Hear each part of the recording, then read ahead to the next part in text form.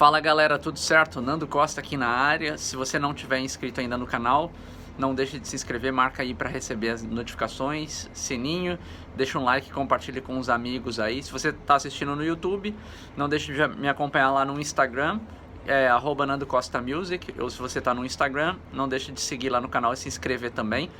Bom, eu já estava para fazer um vídeo comentando sobre vários assuntos aqui, várias coisas que a galera mandou também perguntando de tópicos e tal. E eu comecei a colocar na minha cabeça uma sequência de ideias muito interessantes que eu já precisava abordar aqui no canal. Eu nunca fiz um vídeo falando dessa maneira. E na hora que eu comecei a colocar no bloco de notas e olhar os assuntos, eu iria fazer um vídeo falando sobre isso, mas eu acho que vai ser impossível. Vai ser melhor, de repente, a gente dividir em alguns vídeos e explorar um pouquinho, porque eu acho que é um assunto muito legal pra galera ficar ligado.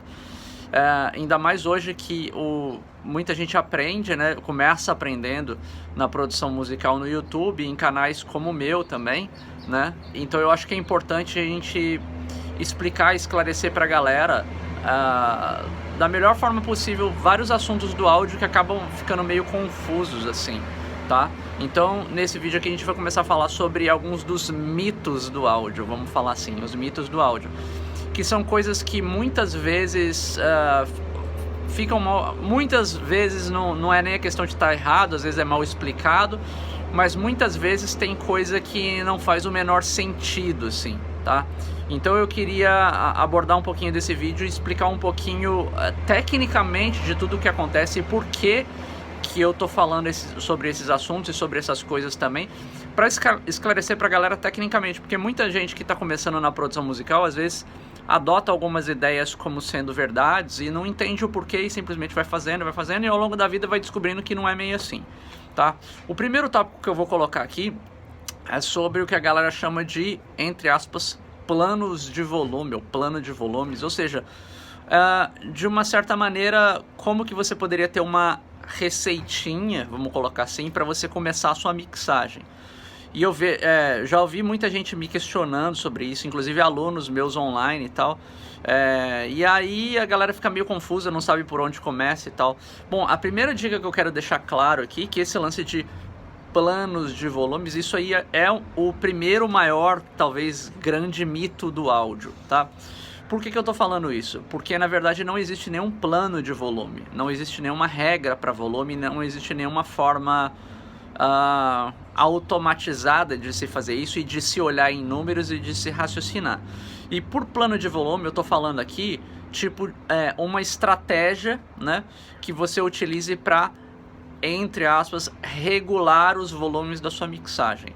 E por que não tem uma forma de você fazer isso? Bom, tecnicamente é muito fácil de explicar. Porque, em primeiro lugar, cada música é feita com um arranjo específico, né?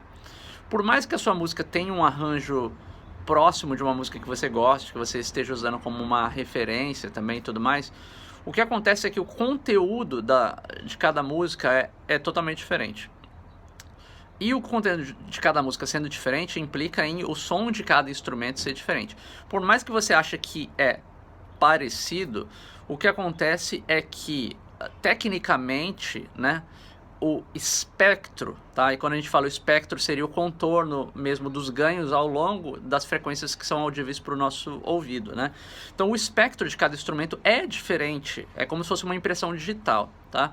Então o que acontece? Eu já vi muita gente vindo me perguntar, esses dias atrás mesmo eu recebi uma mensagem, eu não vou lembrar quem que foi, mas me perguntando, né?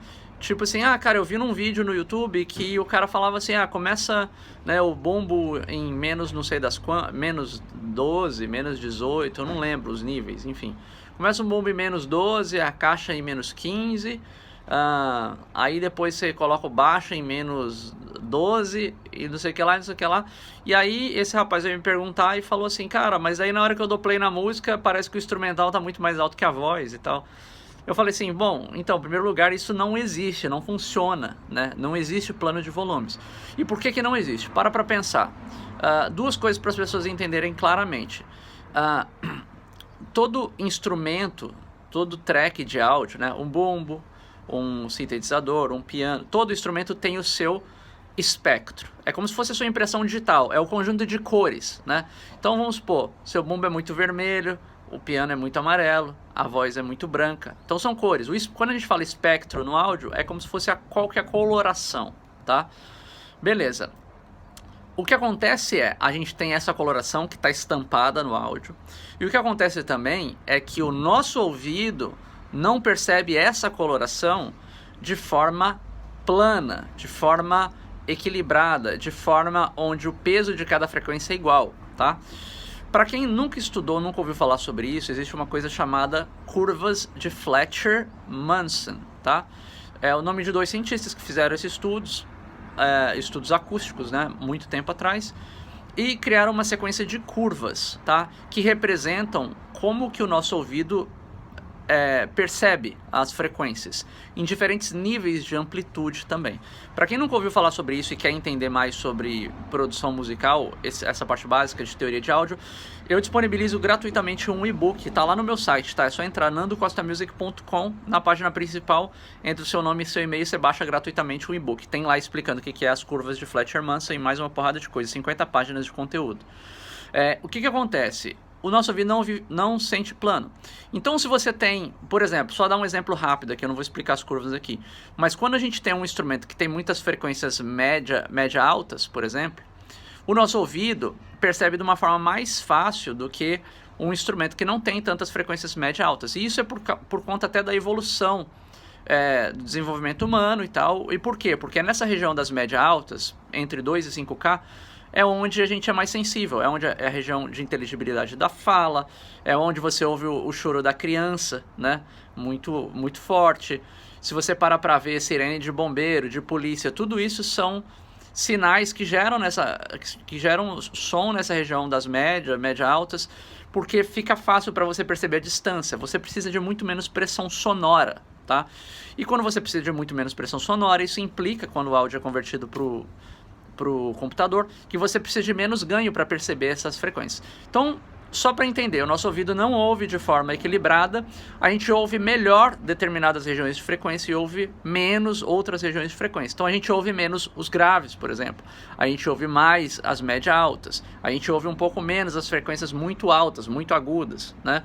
Então, o que acontece é que, para pensar, vocês entenderam o primeiro raciocínio, então o nosso ouvido não ouve flat, não ouve plano. Então significa o seguinte, imagina que você tem um som de bumbo, imagina que você está fazendo sua produção eletrônica ali, tem um som do bumbo. Se você tem um bumbo e você equaliza esse bumbo, você adiciona frequências média altas, né? Frequências altas em média altas, o que acontece é que o seu ouvido vai perceber esse som muito mais presente do que se o bumbo não tivesse equalizado, tá? Porque você está adicionando uma região de frequências que deixa aquele som mais sensível para o nosso ouvido. Então, para pensar, se você para raciocinar que existe um plano de volume, sei lá, começa o seu bumbo em menos 12. Se o seu bumbo estava flat, ou seja, sem nenhuma equalização, tá ok, tá funcionando ali. Mas se o seu bumbo veio com um som equalizado, com muita média alta e muito agudo, se você deixa o seu volume também com fader em menos 12, o que acontece é que ele vai parecer que está alto na mix, ele vai parecer que sai fora da mix. E aí, consequentemente, você vai ter que pegar o seu fader e, em vez de estar menos 12, você vai ter que abaixar, tá? Isso eu estou falando do mesmo som de bumbo, um não equalizado e o outro equalizado. Tá dando para entender o raciocínio? Então, o que acontece é que cada som tem uma estampa sonora. Então, quando você está com o seu som do jeito que ele foi gravado ou produzido, ele tem uma estampa sonora. Se você equaliza ele, se você adiciona frequências ou tira frequências, ele adquire uma outra estampa sonora. E de acordo com a estampa sonora de cada som, o nível de percepção de volume dentro da mixagem muda e pode mudar drasticamente. Às vezes, dependendo da equalização que o seu instrumento adquiriu ali, você pode precisar de elevar o nível dele em volume, né, em ganho, vamos colocar assim na mix, em, sei lá, 5 dBs, ou cair 5 dBs. Isso tudo porque você está tonalizando, colorindo de forma diferente. Então vocês estão parando para pensar o raciocínio que é, por que não funciona o plano de volume? Porque quando você pensa em, começa o bombo em menos 12, começa a caixa em menos 15, começa a voz em menos 10... Você não sabe qual que é o som do bumbo, você não sabe qual que é o som da caixa, você não sabe qual que é o som da voz. Tem voz que é mais velada, tem voz que é mais brilhante, tem voz que tem mais médio, tem voz que tem menos médio. Isso tudo implica como a gente percebe o áudio. E quando a gente pensa em volume na mixagem, a gente está falando de percepção de áudio. E a percepção é musical. Isso a gente está falando considerando um instrumento isolado, comparando com o restante da mix. Agora para pensar. Se você tem o bumbo, e a gente equalizou ele, deu um pouco de média alta, beleza, ele está vivo. Mas imagina que na sua música também tem um monte de violão, guitarra, sintetizador e órgão, onde todos esses instrumentos agem muito na região das frequências média altas. Pode ser que quando você coloque o bumbo nesse volume mesmo mais alto, você nem ouça o bumbo. Por quê? Porque já tem muita gente com cor de média alta, tá? Então, nesse caso, além de você botar o bumbo mais alto, você vai ter que abaixar os outros instrumentos. E aí você começa a entrar numa espiral infinita para conseguir entender essa dança matemática que definitivamente não faz o menor sentido você tentar achar uma regra geral, né, para essa situação. Então, o que rola muitas vezes é que o que eu sugiro pra galera, né, para começar a sua mixagem, acertar o seu plano de volumes, é simplesmente o quê? Dar play na música e começa intuitivamente a subir e descer os faders, mexer o pan para um lado ou para o outro. Você abrir espaço nas coisas, você abaixar uma coisa, vai fazer com que você ouça a outra. Então, assim, a primeira coisa é entender isso, que as frequências afetam como a gente percebe. Então não há uma regra clara de como você começa. O que eu sugiro é: toque a sua música sem nada, dá play e comece a brincar musicalmente. Faça o bumbo aparecer. Se o bumbo não está aparecendo, abaixa outras coisas para ele aparecer. O quanto você quer que ele apareça. Se ele está aparecendo demais, mas a música fica vazia, então talvez ele não vá aparecer demais nesse momento. Talvez numa etapa posterior você vai começar a equalizar e ele vai começar a aparecer na região que ele precisa.